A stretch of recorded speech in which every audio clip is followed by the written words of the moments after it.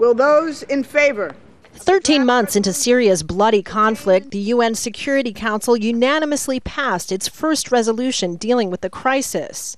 It calls on the Syrian government to give a team of up to 30 international monitors unhindered access in the country to monitor the shaky ceasefire. It's the first step in Special Envoy Kofi Annan's 6-point plan for peace. But the resolution's sponsors continued to raise doubts about the government's intentions. And even as the United States welcomes today's action by the Security Council, we're under no illusions.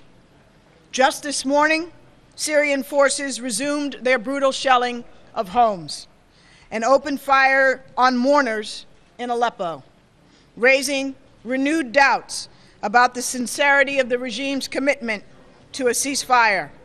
Russia and China, who had opposed past resolutions condemning the Syrian government for human rights abuses, went along with this one after minor concessions and language stressing the need for all sides not only to comply, but also to start talking. The next step, in our view, is not just to observe and reinforce the cessation of violence, but also to move on with the political process, to start the political dialogue. So this, at this point, is something which unfortunately is missing. Syria, while accepting the monitors, complained about Western attempts to undermine the government and the peace plan.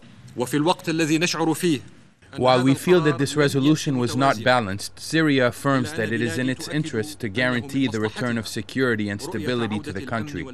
We hope that the countries who abide by this resolution would implement it practically and would not send lethal or non-lethal aid to the terrorists and the armed groups. The 30 monitors will have to confirm the ceasefire is holding before the next steps can take place, the deployment of a larger mission of about 250 observers.